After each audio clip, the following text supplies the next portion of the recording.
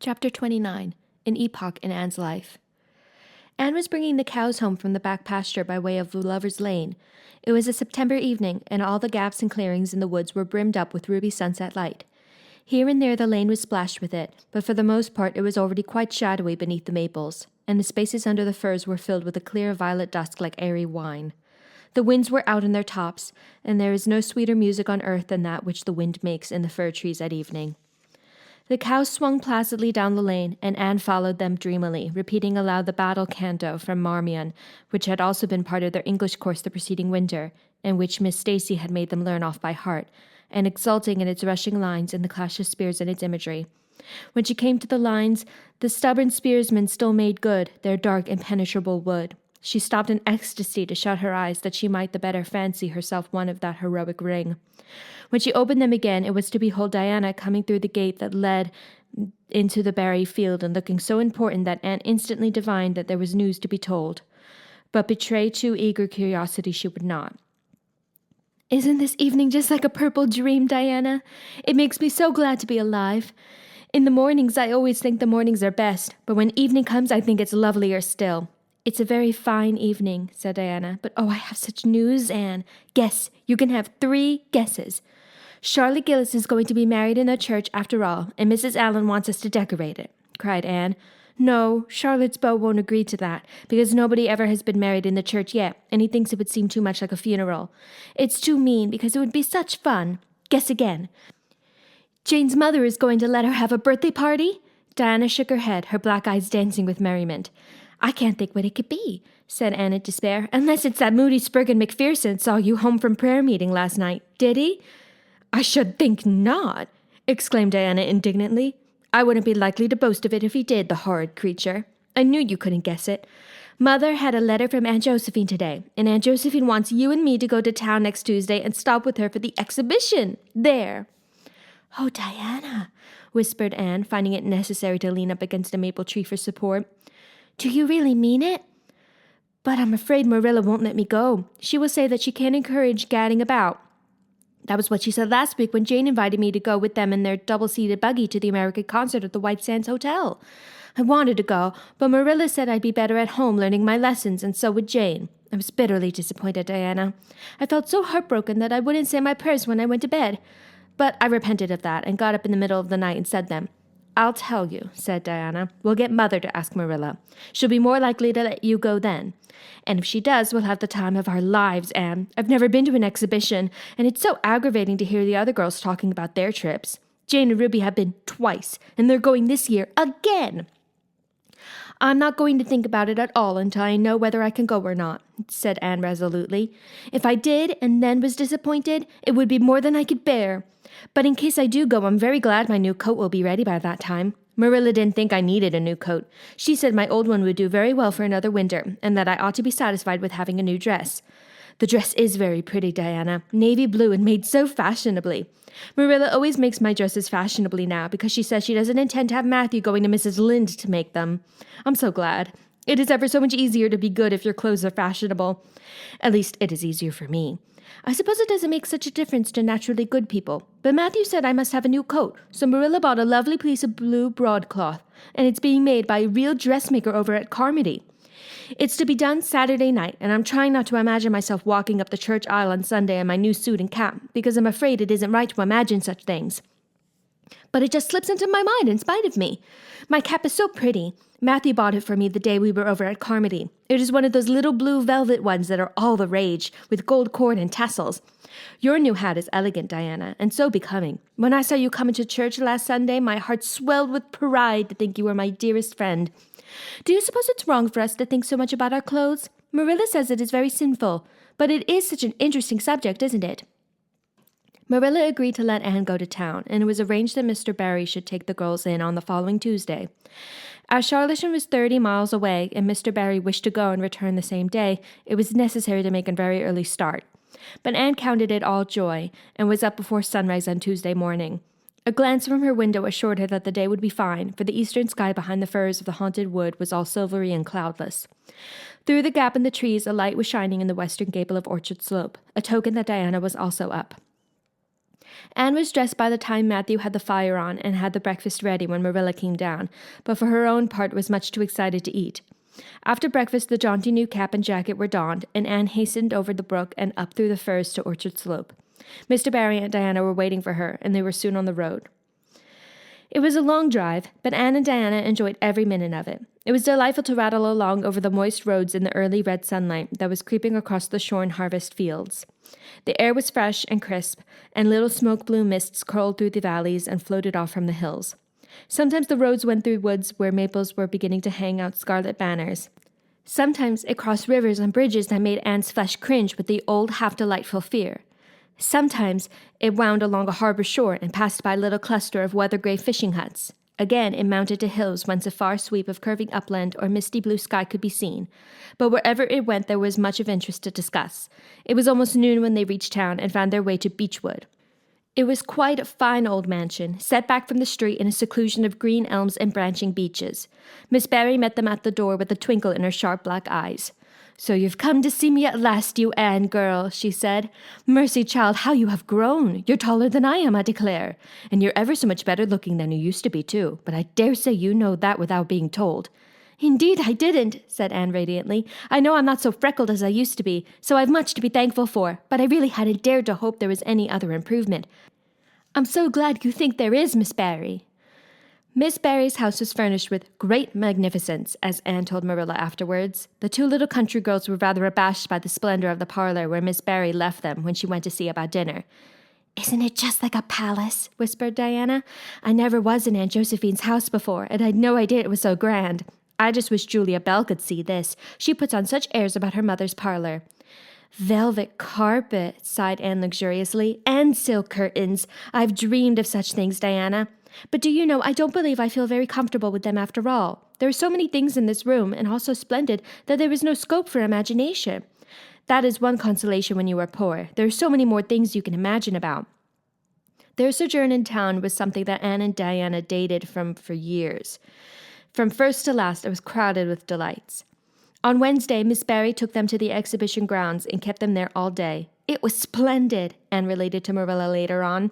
"I never imagined anything so interesting. I don't really know which department was the most interesting. I think I liked the horses and the flowers and the fancy work best. Josie Pye took first place for knitted lace. I was real glad she did.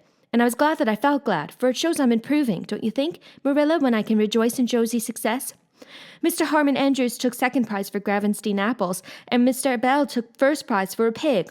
Diana said she thought it was ridiculous for a Sunday school superintendent to take a prize in pigs, but I don't see why. Do you? She said she would always think of it after this when he was praying so solemnly. Clara Louise McPherson took a prize for painting, and Mrs. Lynde got first prize for homemade butter and cheese. So Avonlea was pretty well represented, wasn't it? Mrs. Lynde was there that day, and I never knew how much I really liked her until I saw her familiar face among all those strangers. There were thousands of people there, Marilla. It made me feel dreadfully insignificant, and Miss Barry took us up to the grandstand to see the horse races. Mrs. Lynde wouldn't go. She said horse racing was an abomination, and she, being a church member, thought it her bounden duty to set a good example by staying away. But there were so many there, I don't believe Mrs. Lynde's absence would ever be noticed. I don't think, though, that I ought to go very often to horse races because they are awfully fascinating. Diana got so excited that she offered to bet me 10 cents that the red horse would win.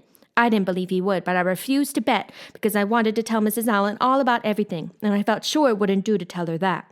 It's always wrong to do anything you can't tell the minister's wife. It's as good as an extra conscience to have a minister's wife for your friend. And I was very glad I didn't bet because the red horse did win, and I would have lost 10 cents. So you see that virtue was its own reward. We saw a man go up in a balloon. I'd love to go up in a balloon, Marilla. It would be simply thrilling. And we saw a man selling fortunes. You paid him 10 cents and a little bird picked out your fortune for you. Miss Barry gave Diana and me 10 cents each to have our fortunes told.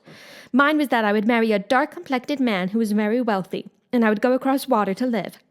I looked carefully at all the dark men I saw after that, but I didn't care much for any of them. And anyhow, I suppose it's too early to be looking out for him yet.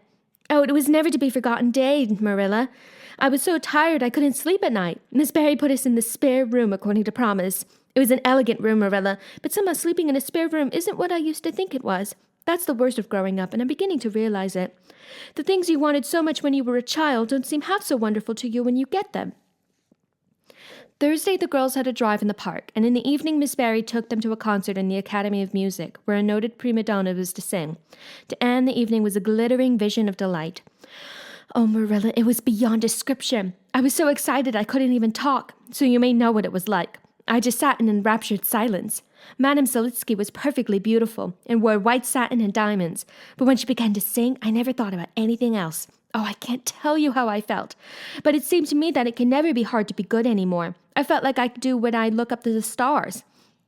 Tears came into my eyes, but oh, they were such happy tears. I was so sorry when it was all over.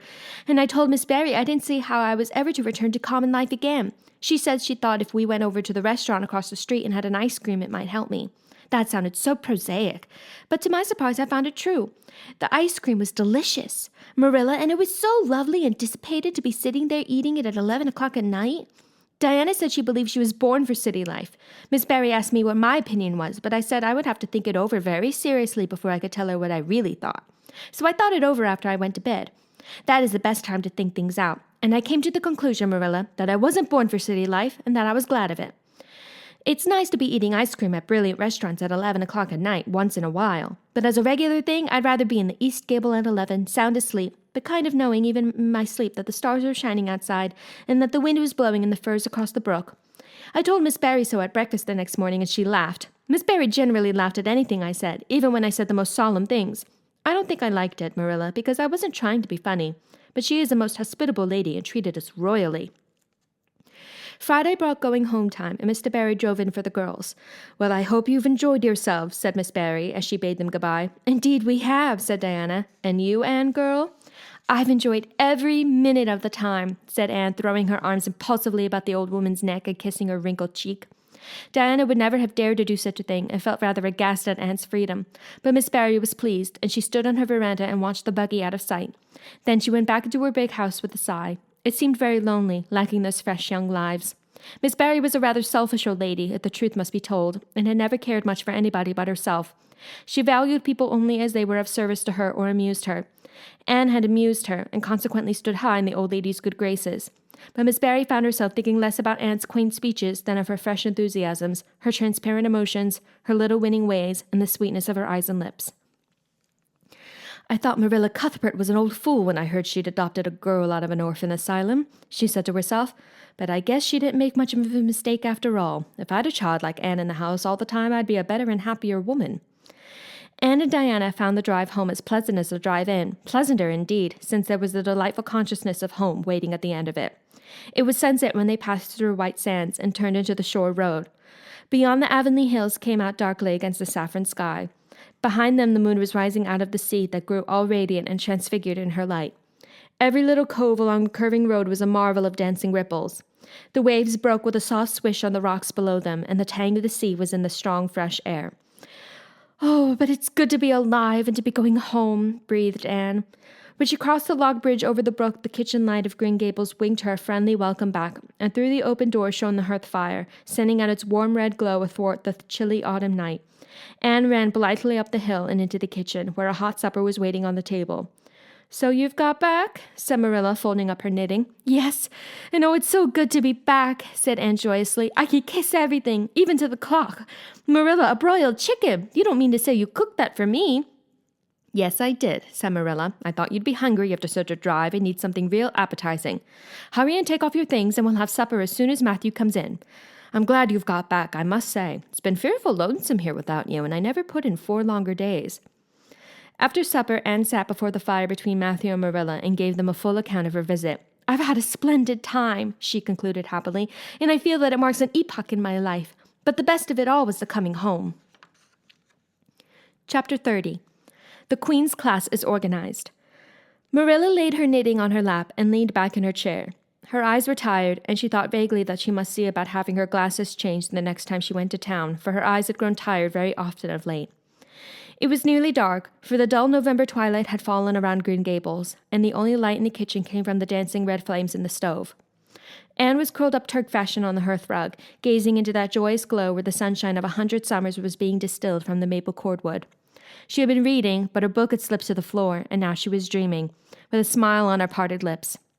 Glittering castles in Spain were shaping themselves out of the mists and rainbows of her lively fancy, Adventures wonderful and enthralling were happening to her in Cloudland, adventures that always turned out triumphantly and never involved her in scrapes like those of actual life. Marilla looked at her with a tenderness that would never have been suffered to reveal itself in any clearer light than that soft mingling of fireshine and shadow. The lesson of a love that should display itself easily in spoken word and open look was one Marilla could never learn, but she had learned to love the slim, gray-eyed girl with an affection all the deeper and stronger from its very undemonstrativeness. Her love made her afraid of being unduly indulgent, indeed. She had an uneasy feeling that it was rather sinful to set one's heart so intensely on any human creature she had set hers on Anne, and perhaps she performed a sort of unconscious penance for this by being stricter and more critical than if the girl had been less dear to her. Certainly Anne herself had no idea how Marilla loved her. She sometimes thought wistfully that Marilla was very hard to please and distinctly lacking in sympathy and understanding, but she always checked the thought reproachfully, remembering what she owed to Marilla. "Anne," said Marilla abruptly, "Miss Stacy was here this afternoon when you were out with Diana." Anne came back from her other world with a start and a sigh. "Was she? Oh, I'm so sorry I wasn't in. Why didn't you call me, Marilla? Diana and I were only over in the Haunted Wood. It's lovely in the woods now. All the little wood things, the ferns and the satin leaves and the crackerberries, have gone to sleep just as if somebody had tucked them away until spring under a blanket of leaves. I think it was a little gray fairy with a rainbow scarf that came tiptoeing along the last moonlight night and did it. Diana wouldn't say much about that, though. Diana has never forgotten the scolding her mother gave her about imagining ghosts in the Haunted Wood. It had had a very bad effect on Diana's imagination. It blighted it.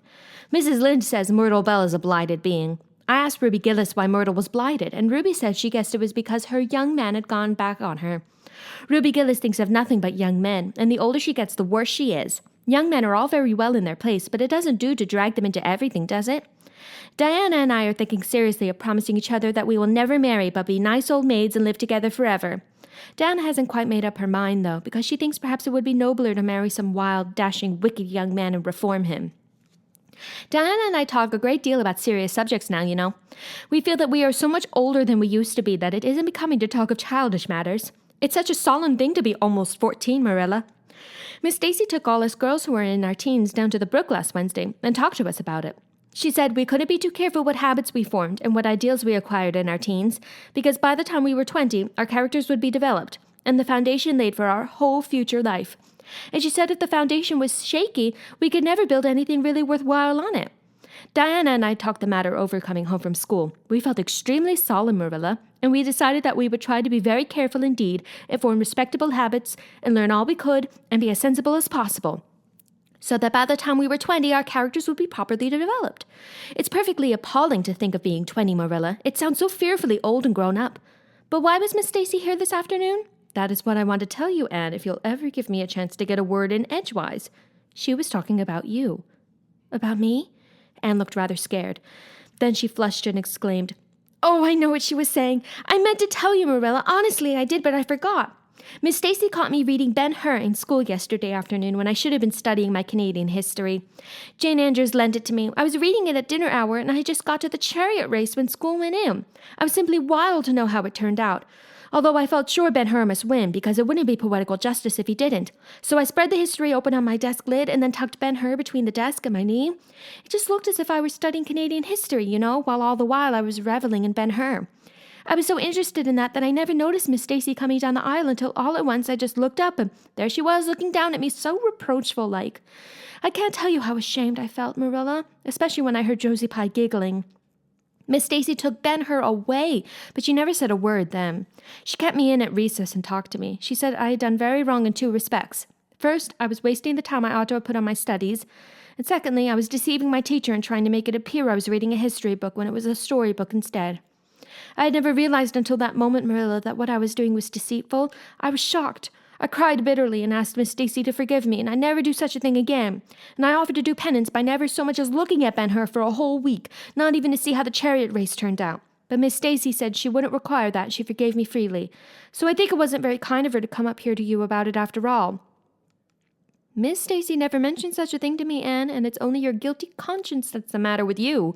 You have no business to be taking storybooks to school. You read too many novels anyhow. When I was a girl, I wasn't so much as allowed to look at a novel. Oh, how can you call Ben-Hur a novel when it's really such a religious book? Protested Anne. Of course it's a little too exciting to be proper reading for Sunday, and I only read it on weekdays. And I never read any book now unless either Miss Stacy or Mrs. Allen thinks it is a proper book for a girl 13 3/4 to read. Miss Stacy made me promise that. She found me reading a book one day called The Lurid Mystery of the Haunted Hall. It was one Ruby Gillis had lent me, and oh, Marilla, it was so fascinating and creepy. Just curdled the blood in my veins. But Miss Stacy said it was a very silly, unwholesome book, and she asked me not to read any more of it or any like it. I didn't mind promising not to read any more like it, but it was agonizing to give back that book without knowing how it turned out. But my love for Miss Stacy stood the test, and I did. It's really wonderful, Marilla, what you can do when you're truly anxious to please a certain person. Well, I guess I'll light the lamp and get to work, said Marilla. I see plainly that you don't want to hear what Miss Stacy had to say. You're more interested in the sound of your own tongue than in anything else. Oh, indeed, Marilla, I do want to hear it, cried Anne contritely. I won't say another word, not one. I know I talk too much, but I am really trying to overcome it. And although I say far too much, yet if you only knew how many things I want to say and don't, you'd give me some credit for it. Please tell me, Marilla. Well, Miss Stacy wants to organize a class among her advanced students who mean to study for the entrance examination into Queen's. She intends to give them extra lessons for an hour after school. She came to ask Matthew and me if we would like to have you join it.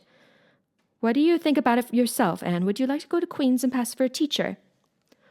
Oh, Marilla. Anne straightened to her knees and clasped her hands. It's been the dream of my life. That is, for the last 6 months, ever since Ruby and Jane began to talk of studying for the entrance. But I didn't say anything about it because I supposed it would be perfectly useless. I'd love to be a teacher, but won't it be dreadfully expensive? Mr. Andrews says it cost him $150 to put Prissy through, and Prissy wasn't a dunce in geometry. I guess you needn't worry about that part of it. When Matthew and I took you to bring up, we resolved we would do the best we could for you and give you a good education. I believe in a girl being fitted to earn her own living whether she ever has to or not. You'll always have a home at Green Gables as long as Matthew and I are here, but nobody knows what is going to happen in this uncertain world, and it's just as well to be prepared. So you could join the Queen's class if you like, Anne. Oh, Marilla, thank you! Anne flung her arms about Marilla's waist and looked up earnestly into her face. I'm extremely grateful to you and Matthew, and I'll study as hard as I can and do my very best to be a credit to you. I warn you not to expect much in geometry, but I think I can hold my own in anything else if I work hard. I dare say you'll get along well enough. Miss Stacy says you are bright and diligent. Not for worlds would Marilla have told Anne just what Miss Stacy had said about her. That would have been to pamper vanity. You needn't rush to any extreme of killing yourself over your books. There is no hurry. You won't be ready to try the entrance for a year and a half yet, but it's well to begin in time and be thoroughly grounded, Miss Stacy says. I shall take more interest than ever in my studies now, said Anne blissfully, because I have a purpose in life. Mr. Allen says everybody should have a purpose in life and pursue it faithfully. Only he says we must first make sure that it is a worthy purpose. I would call it a worthy purpose to want to be a teacher like Miss Stacy, wouldn't you, Marilla? I think it's a very noble profession. The Queen's class was organized in due time. Gilbert Blythe, Anne Shirley, Ruby Gillis, Jane Andrews, Josie Pye, Charlie Sloane, and Moody Spurgeon McPherson joined it. Diana Barry did not, as her parents did not intend to send her to Queen's. This seemed nothing short of a calamity to Anne. Never, since the night on which Minnie May had had the croup, had she and Diana been separated in anything. On the evening when the Queen's class first remained in school for the extra lessons, and Anne saw Diana go slowly out with the others to walk home alone through the Birch Path and Violet Vale, it was all the former could do to keep her seat and refrain from rushing impulsively after her chum. A lump came into her throat, and she hastily retired behind the pages of her uplifted Latin grammar to hide the tears in her eyes. Not for worlds would Anne have had Gilbert Blythe or Josie Pye see those tears. But, oh, Marilla, I really felt that I had tasted the bitterness of death, as Mr. Allen said in his sermon last Sunday, when I saw Diana go out alone, she said mournfully that night. I thought how splendid it would have been if Diana had only been going to study for the entrance, too. But we can't have things perfect in this imperfect world, as Mrs. Lynde says. Mrs. Lynde isn't exactly a comforting person sometimes, but there's no doubt she says a great many very true things. And I think the Queen's class is going to be extremely interesting. Jane and Ruby are just going to study to be teachers. That is the height of their ambition. Ruby says she will only teach for 2 years after she gets through, then she intends to be married. Jane says she will devote her whole life to teaching and never marry because you are paid a salary for teaching, but a husband won't pay you anything and growls if you ask for a share in the egg and butter money. I expect Jane speaks from mournful experience, for Mrs. Lynde says that her father is a perfect old crank and meaner than second skimmings.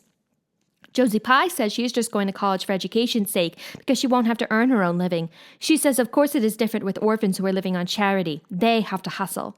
Moody Spurgeon is going to be a minister. Mrs. Lynde says he couldn't be anything else with a name like that to live up to.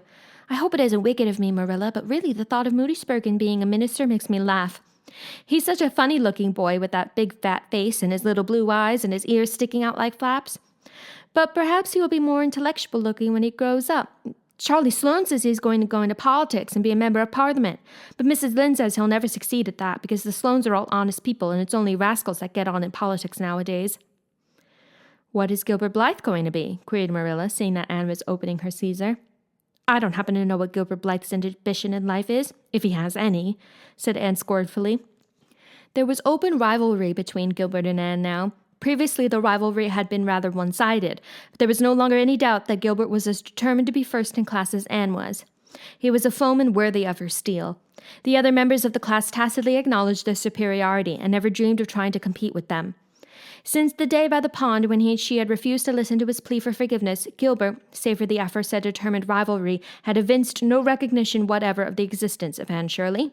He talked and jested with the other girls, exchanged books and puzzles with them, discussed lessons and plans, sometimes walked home with one or the other of them from prayer meeting or debating club. But Anne Shirley he simply ignored, and Anne found out that it is not pleasant to be ignored. It was in vain that she told herself with a toss of her head that she did not care. Deep down in her wayward feminine little heart, she knew that she did care, and that if she had that chance of the Lake of Shining Waters again, she would answer very differently. All at once, as it seemed, and to her secret dismay, she found that the old resentment she had cherished against him was gone just when she most needed its sustaining power. It was in vain that she recalled every incident and emotion of that memorable occasion and tried to feel the old satisfying anger. That day by the pond had witnessed its last spasmodic flicker. Anne realized that she had forgiven and forgotten without knowing it, but it was too late. And at last, neither Gilbert nor anybody else, not even Diana, should ever suspect how sorry she was and how much she wished she hadn't been so proud and horrid. She determined to shroud her feelings in deepest oblivion, and it may be stated here and now that she did it so successfully that Gilbert, who possibly was not quite so indifferent as he seemed, could not console himself with any belief that Anne felt his retaliatory scorn. The only poor comfort he had was that she snubbed Charlie Sloane unmercifully, continually, and undeservedly.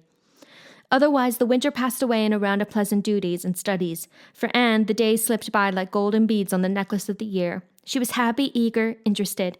There were lessons to be learned and honors to be won, delightful books to read, new pieces to be practiced for the Sunday school choir, pleasant Saturday afternoons at the manse with Mrs. Allen, and then, almost before Anne realized it, spring had come again to Green Gables, and all the world was abloom once more. Studies palled just a wee bit then. The Queen's class, left behind in school while the others scattered to green lanes and leafy woodcuts and meadow byways, looked wistfully out of the windows and discovered that Latin verbs and French exercises had somehow lost the tang and zest they had possessed in the crisp winter months. Even Anne and Gilbert lagged and grew indifferent. Teacher and taught were alike glad when the term was ended, and the glad vacation days stretched rosily before them. "But you've done good work this past year," Miss Stacy told them on the last evening, "and you deserve a good, jolly vacation. Have the best time you can in the out-of-door world, and lay in a good stock of health and vitality and ambition to carry you through next year. It will be the tug-of-war, you know, the last year before the entrance." "Are you going to be back next year, Miss Stacy?" asked Josie Pye. Josie Pye never scrupled to ask questions. In this instance, the rest of the class felt grateful to her. None of them would have dared to ask it of Miss Stacy, but all wanted to, for there had been alarming rumors running at large through the school for some time that Miss Stacy was not coming back the next year, that she had been offered a position in the graded school of her own home district and meant to accept. The Queen's class listened in breathless suspense for her answer. "Yes, I think I will," said Miss Stacy. "I thought of taking another school, but I've decided to come back to Avonlea. To tell the truth, I've grown so interested in my pupils here that I found I couldn't leave them. So I'll stay and see you through." "Hurrah!" said Moody Spurgeon. Moody Spurgeon had never been so carried away by his feelings before, and he blushed uncomfortably every time he thought about it for a week. "Oh, I'm so glad," said Anne with shining eyes. "Dear Miss Stacy, it would be perfectly dreadful if you didn't come back. I don't believe I could have the heart to go on with my studies at all if another teacher came here." When Anne got home that night, she stacked all her textbooks away in an old trunk in the attic, locked it, and threw the key into the blanket box. "I'm not even going to look at a school book in vacation," she told Marilla. "I've studied as hard all the term as I possibly could, and I've pored over that geometry until I know every proposition in the first book off by heart, even when the letters are changed. I just feel tired of everything sensible, and I'm going to let my imagination run riot for the summer. Oh, you needn't be alarmed, Marilla. I'll only let it run riot within reasonable limits. But I want to have a real good jolly time this summer, for maybe it's the last summer I'll be a little girl. Mrs. Lynde says that if I keep stretching out next year as I've done, I'll have to put on longer skirts. She says I'm all running the legs and eyes, and when I put on longer skirts, I shall feel that I have to live up to them and be very dignified. It won't even do to believe in fairies then, I'm afraid. So I'm going to believe in them with all my whole heart this summer. I think we're going to have a very gay vacation.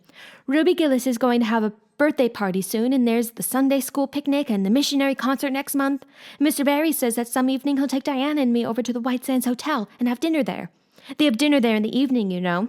Jane Andrews was over once last summer. She says it was a dazzling sight to see the electric lights and the flowers and all the lady guests in such beautiful dresses. Jane says it was her first glimpse into high life, and she'll never forget it to her dying day. Mrs. Lynde came up the next afternoon to find out why Marilla had not been at the aid meeting on Thursday. When Marilla was not at aid meeting, people knew there was something wrong at Green Gables.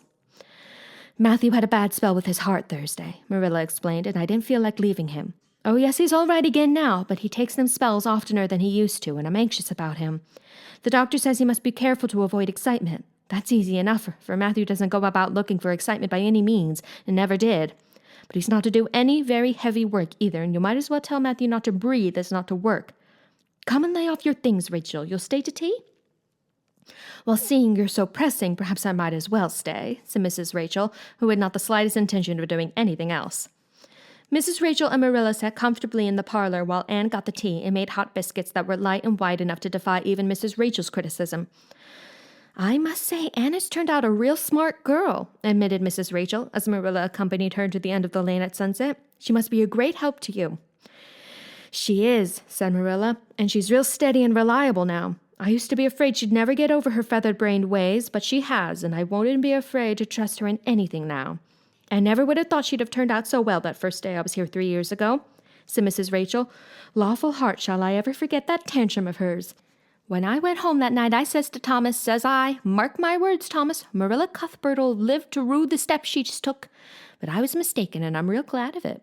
I ain't one of those kind of people, Marilla, as can never be brought to own up that they've made a mistake.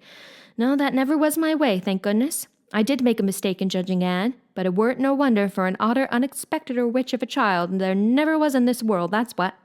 There was no ciphering her out by the rules that worked with other children. It's nothing short of wonderful how she's improved these 3 years, but especially in looks. She's a real pretty girl, got to be, though I can't say I'm overly partial to that pale, big-eyed style myself. I like more snap and color, like Diana Barry has or Ruby Gillis. Ruby Gillis's looks are real showy, but somehow, I don't know how it is, but when Anne and them are together, though she ain't half as handsome, she makes them look kind of common and overdone. Something like them white June lilies she calls narcissus alongside of the big red peonies, that's what."